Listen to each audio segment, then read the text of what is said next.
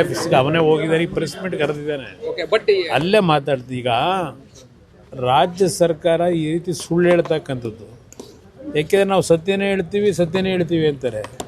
ಇವತ್ತು ಒಂದು ಕಡೆ ಹೇಳ್ತಾರೆ ಕೇಂದ್ರ ಸರ್ಕಾರದ್ದು ಕೇವಲ 20% ಈ ಒಂದು ಯೋಜನೆಗೆ ಹಣ ಕೊಡೋದು, ಇನ್ನು ಉಳಿದಿದ್ದು ರಾಜ್ಯ ಸರ್ಕಾರದ್ದೇ ಮೇಜರು ಅಂತಕ್ಕಂಥದ್ದು ಹೇಳ್ತಾರೆ.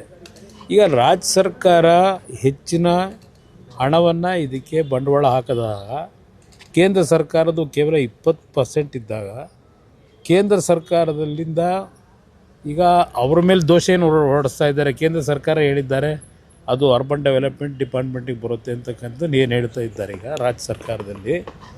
ಈಗ ಆಗಿದ್ದರೆ ಬೇರೆ ರಾಜ್ಯಗಳಲ್ಲಿ ಯಾತಕ್ಕೆ ಮೆಟ್ರೋ ಪ್ರಾಜೆಕ್ಟ್ನ ಯೋಜನೆಗಳಾಗಿರ್ತಕ್ಕಂಥದ್ದಕ್ಕೆ ಪದೇ ದರ ಏರಿಕೆ ಮಾಡ್ತಾ ಇಲ್ಲ, ಕರ್ನಾಟಕದಲ್ಲಿ ಮಾತ್ರ ಯಾಕೆ ಮಾಡ್ತಾ ಇದ್ದಾರೆ?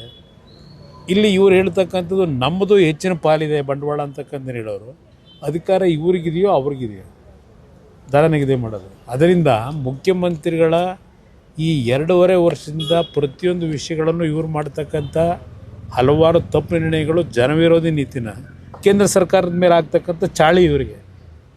ಅದರಿಂದ ಇದರ ಬಗ್ಗೆ ಜನ ಎಚ್ಚೆತ್ಕೋಬೇಕು ಅನ್ನೋದು ಹೇಳ್ತೀನಿ. ಬಟ್ ಯಾವಾಗಲೂ ಹೀಗೆ ಜಾರ್ಖಂಡ್ ರೇಟ್ ಸರ್, ಜನಗಳ ಪರಿಸ್ಥಿತಿ ಹೇಗೆ ಅಂತ? ಜನಗಳ ಪರಿಸ್ಥಿತಿ ಇದು ಕೊಡ್ತಾವ್ರಲ್ಲ, ಅದೆಂಥದ್ದು ಗ್ಯಾರಂಟಿ ಸ್ಕೀಮು, ಅದರಿಂದ ಅವ್ರನ್ನೆಲ್ಲ ಬದುಕಿಸ್ತಾ ಇದ್ದಾರೆ. ಅವ್ರಿಗೆಲ್ಲ ಆರ್ಥಿಕವಾಗಿ ಶಕ್ತಿ ತುಂಬಿದ್ದೀವಿ ಅಂತ ಹೇಳ್ತಾರಲ್ಲ. ಕರ್ನಾಟಕ ರಾಜ್ಯದಲ್ಲಿ ಪರ್ ಕ್ಯಾಪಿಟಲ್ ಇನ್ಕಮ್ ಇರ್ಬೋದು, ಅವರ ಬಡವರಿಗೆ ಆರ್ಥಿಕ ಶಕ್ತಿಯನ್ನು, ಸ್ವಾಭಿಮಾನದ ಬದುಕನ್ನು ಈ ಗ್ಯಾರಂಟಿಯಿಂದ ಕೊಟ್ಟಿದ್ದೀವಿ ಅಂತ ಪದೇ ಅಡ್ವರ್ಟೈಸ್ಮೆಂಟು ಕೊಡ್ತಾ ಇದ್ದಾರೆ.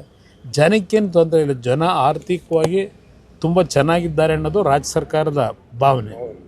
ಅದರಿಂದ ಅವ್ರು ಏನೇ ಥರ ನಿಗದಿ ಮಾಡಿದ್ರು ಜನ ಸಂತೋಷವಾಗಿ ಕೊಡ್ತಾರೆ ಅಂತಕ್ಕಂಥದ್ದು ಮುಖ್ಯಮಂತ್ರಿಗಳು ಮತ್ತು ರಾಜ್ಯ ಸರ್ಕಾರದ ಆ ಒಂದು ಭ್ರಮೆಯಲ್ಲಿದ್ದಾರೆ.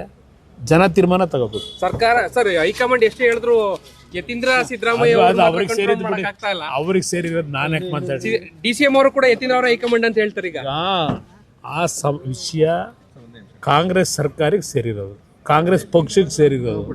ಅವರು ಹೊಡೆದಾಡ್ತಲ್ಲಿ ನಾನು ಯಾತಕ್ಕೆ, ನನ್ನ 100 ಕೆಲಸ ಇದೆ, ಅದಕ್ಕೆ ನಾನು ಯಾತಕ್ಕೆ ತಲೆ ಕೆಡಿಸ್ಕೊಳ್ಳಿ?